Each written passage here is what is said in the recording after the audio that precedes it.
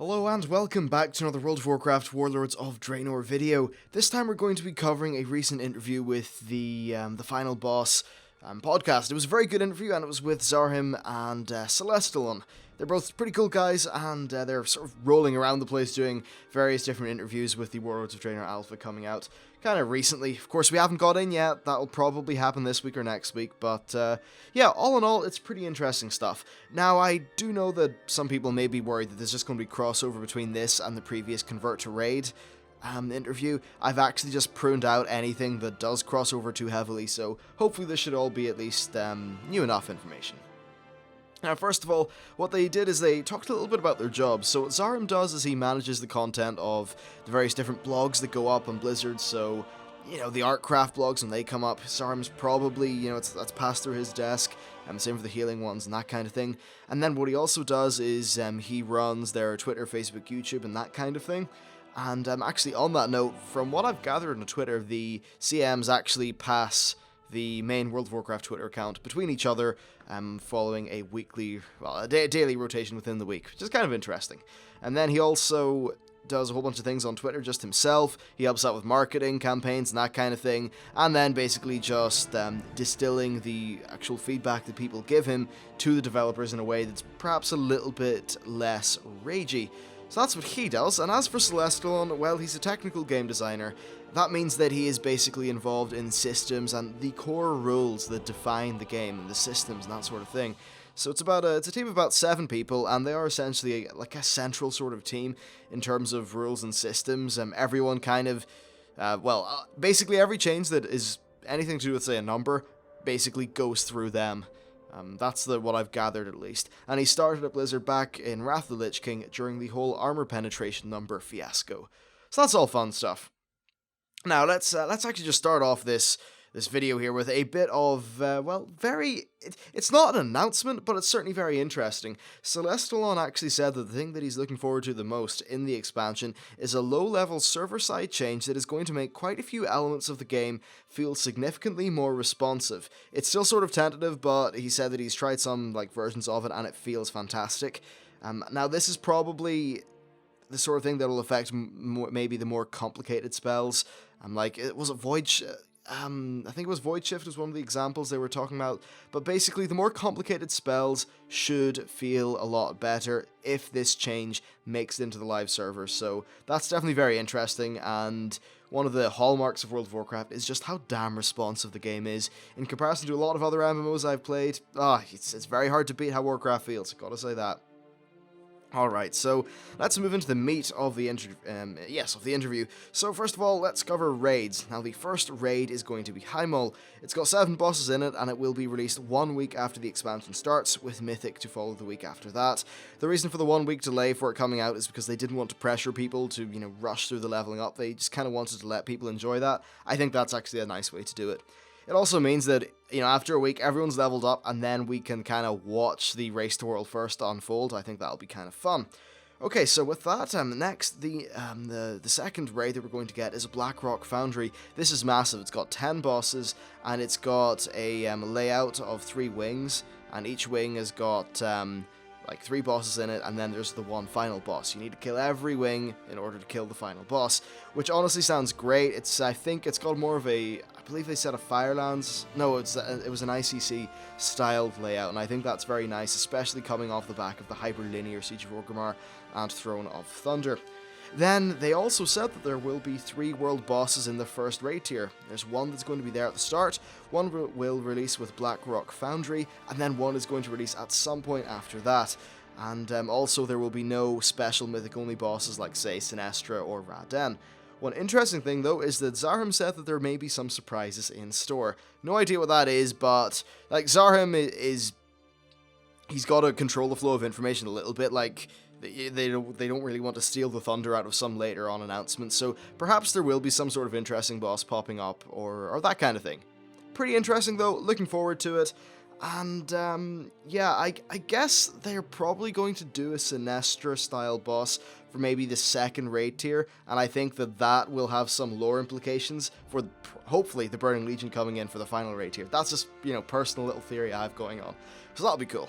Now next they talked about healing, and they said that they wanted healing to be a bit less one-dimensional, and they wanted to make it so that players have got to use their entire toolkit and then prioritize choosing the right spell at the right time, rather than just the twitch reflexes of Siege of Orgrimmar, where you really are just, hitting that heal as fast as you can because the tanks are taking giant spike damage.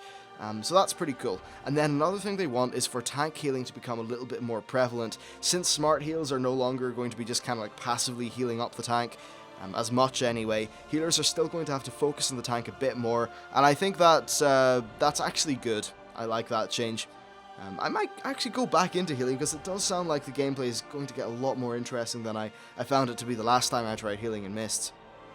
Alright, then they talked a little bit about the number of healers that are required for Mythic. They said that 5 healers is the ideal sort of thing they're looking for in Mythic, though 4 to 6 is a pretty decent range.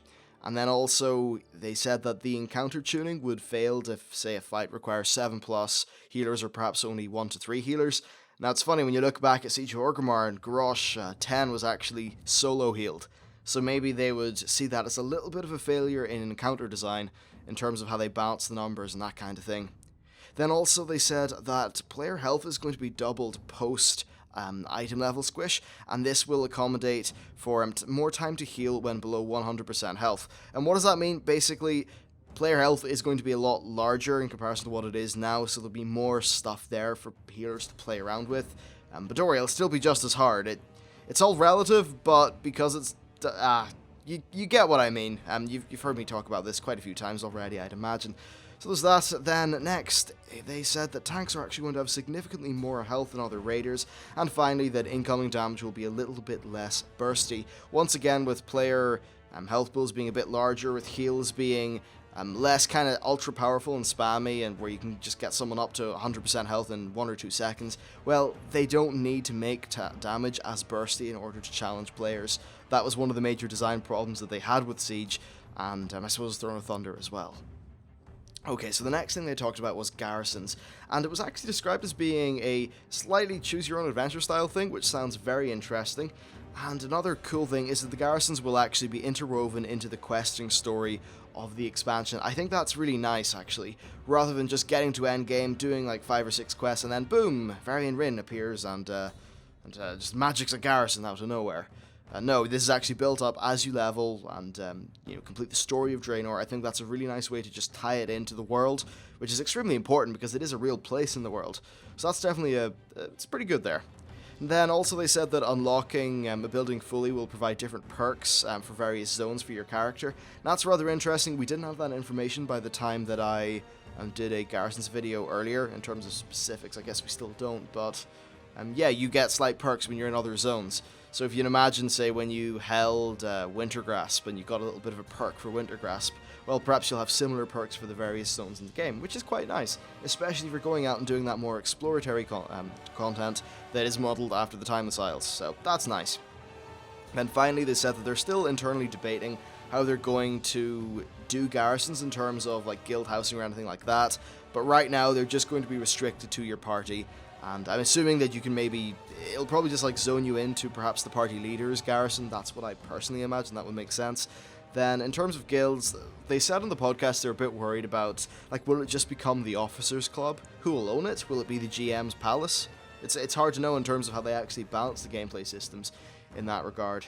It was interesting to hear them talk about that. There are definitely kind of social engineering style things that have to be thought of there, because you don't want all the power to be with the officers, because then it's their place and it's not somewhere that the whole guild can really feel as comfortable in. But there is actually a series of blogs coming up for garrisons sometime in the future. Now, another interesting thing that was rather off the cuff, but they said that Path of the Titans is actually somewhere in the drawing board within Blizzard. I'd imagine, though, that doesn't mean anything at all, but I just thought it was worth saying. And perhaps if we do get a Titan expansion, that's when Path of the Titans will come in. I think that would be a really nice place to put it into, and yeah, overall pretty cool. And by the way, I cannot wait for a Titan expansion, so please give us one. Alright, so next they talked a little bit about movement speed. So basically, stacking buffs and that kind of thing, it's really rather confusing, honestly. So what they said is that movement speed buffs are additive, so if you get a 40% speed buff and then another 30% speed buff, you'll be running at plus 70% of your base speed. He then said that snares are multiplicative that's a weird word. Whatever. Basically, if you have a 150% movement speed and then you hit a 50% snare, then your movement speed is multiplied by, well, 50%, but really it's multiplied by 0.5 to get you, I guess, 0.75 or 75% movement speed. So that's what that is. And then also, he said that all self-only passive movement bonuses will actually stack. So, yes, an example of that would be, as a hunter, if I use Aspect of the Cheetah, and then I use, say, the post-haste talent of Disengage, which gives me a movement speed afterwards, those effects will add up. But multiple of those kind of like temporary movement speed boosts cannot be applied at once. Well, I think they can in some cases, it just depends on the cooldowns, but what matters is they do not stack. Only the fastest one will work. So that's kind of interesting to know. Then he also said that multiple snares will not stack, but basically the game will just take the most powerful snare and apply that to you. And then finally, Celestial One said that movement speed bonuses don't really override each other. So if a higher speed buff phase fades out, then the next highest one will apply to you until that fades out, etc., etc., until you have nothing. So yeah, that's a little bit of a lowdown at movement speed. It's nice to get that just like spelled out in plain English, because honestly, it's a little bit confusing from time to time. That's definitely good to hear. Okay, so with that said, let's just move on to a few other points. They said that bonus rolls could be improved on, but yes, they are sticking around. And the reason for this is because they don't really like, at least I'm pretty sure the reason is because they don't really like how deterministic like Valor rewards are. They already downplayed the role of Valor massively in patch 5.4, and that you can't get the equivalent of Shadowpan gear from it. At least there's not a new Siege of Orgrimmar like equivalent to the Shadowpan gear. Basically, it's deterministic, which means that you know exactly what you're going to get, how long it's going to take until you get it, and some people think that's great, it's always like I'm working towards something, but from a game design perspective, it could get a little bit stale. So what they want to do is, to still be giving you the same net amount of loot via a vastly improved bonus roll system, but just have it a little bit more kind of, random and special, and really emphasize those nice moments, because the actual, really awesome moment of getting a bonus roll, actual drop for you is, I think, far greater than just being able to go to the Shadowpan place in patch 5.2 and just buy a piece of gear. I think it's far more exciting when one comes from a coin. So it remains to be seen how they manage to overhaul that system, and that's basically my opinion on it. Alright, so then they said that upgrades in terms of Valor Point ones are gone. Essentially, the whole thing did not work out the way they wanted, because players just got to the point where they had so much Valor that they always upgraded an item that dropped, and then your raid tier is essentially 6 item levels higher than it's supposed to be. That's exactly what happened to me. There was never a decision there. There's never a gameplay decision that was made by me to upgrade my gear. I just did it automatically because I always had enough Valor. There was no gameplay there, it was just another long thing in the list of chores that I had to do to upgrade my piece of gear. That, honestly, not particularly interesting, though really, with all these things gone, what does Valor Point, what do they do? What is the point of Valor Points? Well, actually, we're not particularly sure about the fate of them. I recently heard, though, about maybe a month ago, that they were just considering scrapping Valor and Justice altogether, but they said, both, I think it was mainly Zahram that said, that they want to just leave that announcement to a blog by the itemization team, because they didn't really want to steal their thunder on it. So yes, there's that. Now, speaking of itemization, they went on to talk a little bit about armor and that kind of thing, and what sort of primary stats will be on them. So, plate will always have strength or intellect, so Holy Paladins, you'll be fine. Mail will have agility/intellect, leather will have agility/intellect, and then cloth will always be intellect, and of course, they will swap between those primary stats based on the spec that you are currently using. So if you're a Paladin, you go into Ret, then you're going to get strength. But then if you go into Holy, it'll automatically change over to intellect. Basically, it's what we know. Then also, Spirit will be grayed out if you're not a healer, and then if you're not a tank, bonus armor will be grayed out on your gear. So that's rather interesting, all that stuff. And then they also confirmed that all of the gems, enchants, and flasks will all be secondary stats. I think that's rather interesting, and I actually think it's good, because secondary stats do have a little bit more gameplay to them. Like, Mastery at least sort of does something a little bit unique for every spec. Haste makes your things go faster. Multi-strike does, the whole hitting multiple things thing. That's just a little bit more interesting, so I guess if they want to boost something and make it more fun to play, then it's the secondary stats that they probably want to be looking at. So that's kind of cool. Then finally, he said that yes, enchants will have various secondary stats per slot. Now, what that means is that right now, say you maybe have your shoulders, right? And your shoulder enchant, not shoulder. You can enchant shoulder. Sorry, my head's kind of to jelly at the minute. But yeah, you may only have a shoulder enchant that does one secondary stat, just hypothetically, okay? Right now, that's competitive. Well, in Warlords, they're going to have it so that you can maybe have 3 different shoulder enchants, and you can basically choose whichever secondary thing that you want. So, as an example, if you wanted a lot of, I don't know, multi-strike, then you're going to be able to get a lot of multi-strike, because you can just stack multi-strike enchants. So I'm not too sure what that'll be like for balancing, but I think it's certainly nice for player choice, and then also just how we customize our stats, because it seems like these secondary stats are going to have a very significant impact on how our class just feels and some of the special little procs and things that we can get. So I think that's really awesome. Okay, then finally, on the topic of those tertiary stats, of just tertiary stats in general, they said that they are basically just little benefits, and they're not really there to be an ultra important itemization thing. So that was kind of interesting.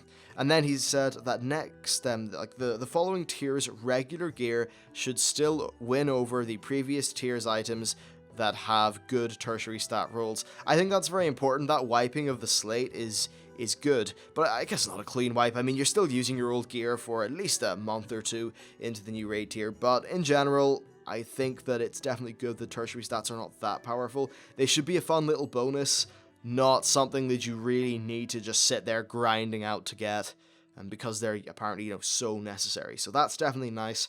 And then finally, they said that Cleave is gone as a tertiary stat because it essentially just became a healer stat, because it was far too situational for a DPS player or a tank player to rely on, which obviously makes sense. In many boss fights, it's a single target situation, so do you really want a stat that does Cleave? Not particularly. Anyway, so that was basically it for the interview, and be sure to check out the Final Boss website at finalboss.tv. They're the people who did the interview. It's a great podcast. Yeah, that's essentially it for this interview. Thank you very much for watching. Be sure to stay tuned to the channel for all the latest Warlords of Draenor alpha information, and I will see you next time.